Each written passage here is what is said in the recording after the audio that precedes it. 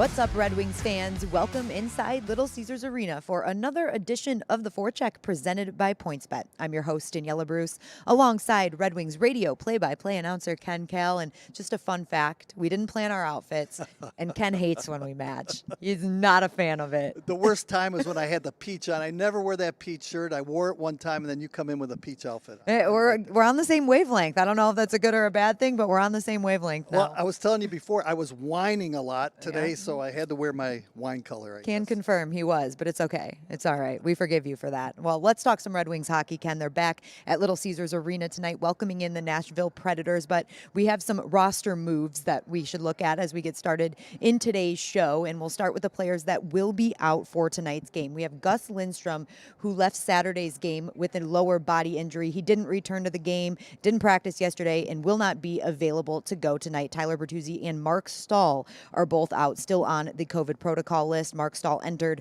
COVID protocol yesterday. So now let's look at what the Red Wings will do to fill those holes. It looks like we will have Danny DeKeyser in one of those spots. He was just removed from the COVID protocol list last week. We'll have Dan Renouf and Luke Witkowski, who are both recalled from Grand Rapids on the defensive side, and then Kyle Criscolo, also recalled from Grand Rapids, Ken. I think what Jeff Blashill and the coaching staff is up to right here is they want some depth, especially back there on the blue line. Never know what's going to happen when the team goes on the road. And there's a couple of tough road games coming up back-to-back with St. Louis and Colorado. So you need that depth back there on the blue line just in case something happens. That you do. And Dan Renouf was up here recently and played a game with the Red Wings. Coach Blashill was pretty complimentary of how he played in that game. Yeah, it didn't look out of place back there. And I really liked the way he played in the preseason. You and I saw him up there in training camp and in some of the preseason games. He's a pretty good professional already. He has a really good shot. He likes to be on the attack. Pretty responsible defensively too, Dan Renouf. And the Red Wings are riding a win streak as they head into tonight's game. And the last game was Saturday night against the Islanders, and it was another fun one here at Little Caesars Arena. Ken, we'll take a look back at what we saw in that game, again welcoming the Islanders into town. Pick it up in the first period, and it's Cal Clutterbuck that's going to score here. And he just had, what's that? Oh, I'm sorry about that. That's Filip Hronek. I read the wrong highlight. Sorry about that, guys. That's Filip Hronek in the first, and he shoots it through traffic, and he tied that game up. Cal Clutterbuck actually scored earlier in the first period. Yeah, and Hronek right there just putting that puck to the net, and I think he got a little help as that puck deflected off an Islander player. But, hey, that was a big goal to tie it up for Detroit. That it was, and then another big goal just minutes later behind the net. Sam Gagner makes the play and banks it off the goaltender into the net. Red Wings have a 2-1 lead. I think he took a page out of Dylan Larkin's book right there. He likes to bank that puck off the goaltender. Look at this. Bang, right off the shoulder, the back, and into the back of the net. And the Red Wings take the lead with that goal by Sam Gagner. And now we'll take a look at Giovanni Smith, who had quite the game. So he comes up the right side, rushes in, the left side, and takes the shot. What a beautiful shot. And that puts the Red Wings up 3-2. One of those old-time, old-fashioned wrist shots right there by Smith. Unassisted goal, by the way. Came in there, rattled it in off the inside of that right goal post, put it in. Look at him. He's all smiles. He had a goal and an assist in the hockey game. Very complete game for him. Yes, and this game would end up in overtime, and I don't know if we could have asked for a better overtime result, Ken. Mo Sider with an absolute rocket to give the Red Wings the 4-3 win. Seems like he likes shooting from that position on the ice. We saw that first game-winning goal in overtime, the first of his career against the Buffalo Sabres, and he rifled that one behind the goaltender who never really made a move on it. That was a fantastic rocket, as you mentioned. Yeah, and you mentioned his goal in Buffalo, Ken. So that was his second career overtime goal, which leads rookies right now. He also leads all rookies in ice time and is second in assists. Hey, we said it last time. We sound like a broken record talking about Mo Sider and Lucas Raymond, but they continue to make that impact. You know what I liked about his game is that he played 27 minutes and 19 seconds in that game. And the reason why his minutes were up from the average 22 minutes and 19 seconds,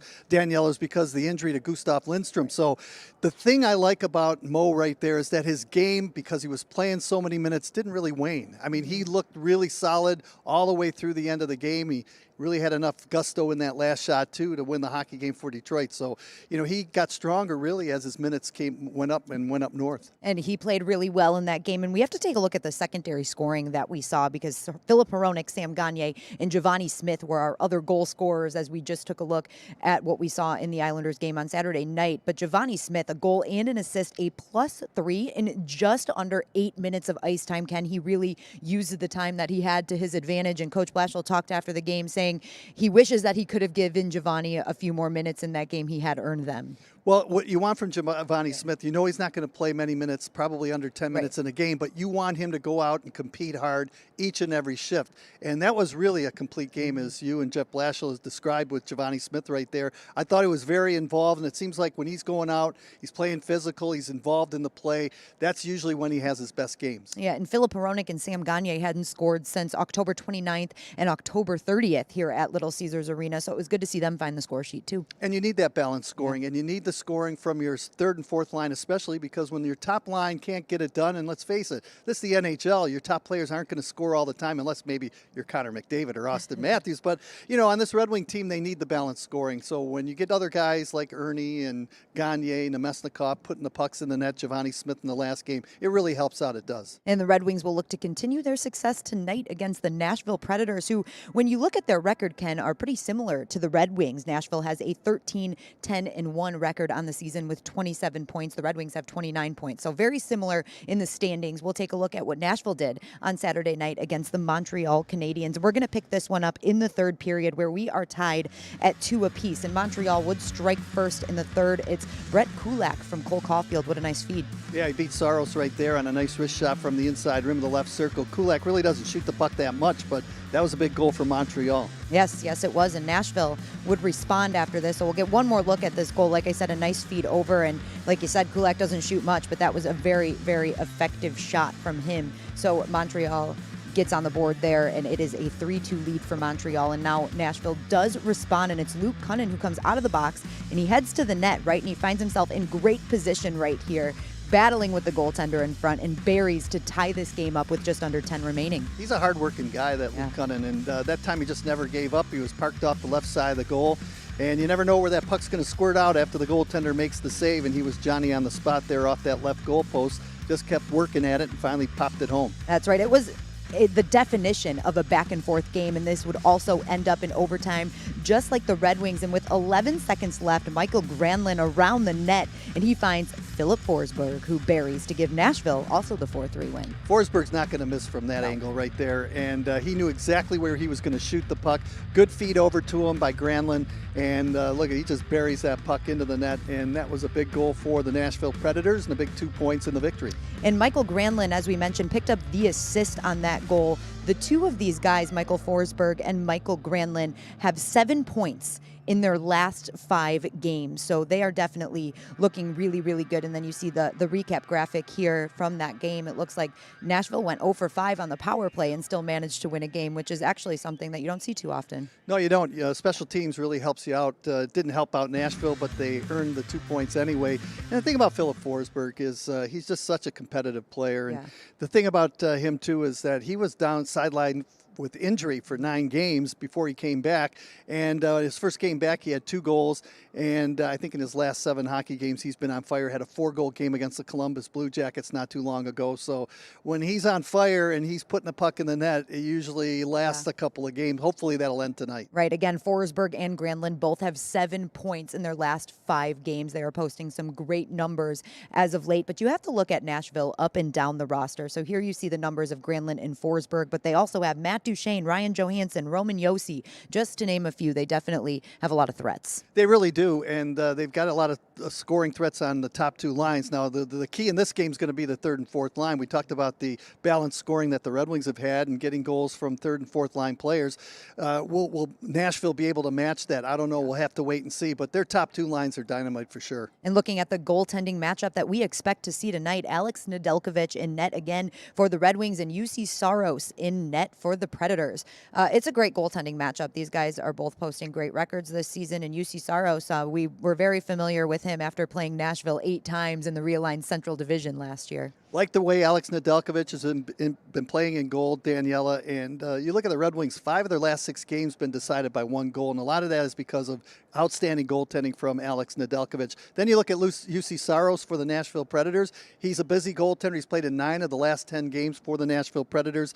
That save percentage really, really good at .921. So it'll be a good goaltending battle between these 2 clubs. I know you like high-scoring games. I think it might be low-scoring, like a 4-2 game tonight, but hopefully the Red Wings can keep the streak going. interesting. With all that we've talked about, a reminder for all of our betting friends to download the PointsBet app if you have not downloaded it already. The Red Wings are at a +1.5 tonight, and the over-under is set at 5.5. So make sure you download that app. Again, if you haven't already, PointsBet is offering some great bets for Sunday Night Football for the rest of the NFL season. They have lines and bets and in prop bets and all different sports. So very exciting. Download that PointsBet app, like I said, if you have not already. And Ken, give us another play-by-play of today's giveaway. You ready? Yep. You got the old hat from National Coney Island right there. And it looks great with the outfit that you have on. I like the pom-pom on the top. Easy to put on the head. Look at that. You really score with that. Really telling you. You got that Red Wing logo on right, too, and it really looks good on you, Daniella. Really hard to do that in a camera looking at a monitor. But yes, this is You're a ready great for hat. Christmas. It's keeping me very warm. As our Canadian friends would call them, a toque, right? A toque. Yep, that's Toque, it. beanie, whatever Yeah. you want. Alex Hat. Nedeljkovic is a big fan of these. If you notice, when he is on the bench, he wears one almost all the time. You know what I remember Sergei Fedorov used to do? He used to cut the sock and then sew the top part of the sock and then just put it on the top of his head, and he kind of had his own make beanie or whatever you want to call it, toque. It's not far off, right? It's Homemade not far toque, off. It's about the same. It's about the same. But the first 5,000 fans that come to Little Caesars Arena tonight will get one of these awesome toques, courtesy of National Coney Island. So if you're coming down tonight, make sure you get here early. And if you aren't coming to the game, you can tune in on ESPN Plus tonight. Puck drop is 7 p.m. Or, of course, you can listen to the game on 97.1 The Ticket with your very own Ken Kal. Thank you all so much for tuning in to another edition of the Forecheck. We'll see you next time.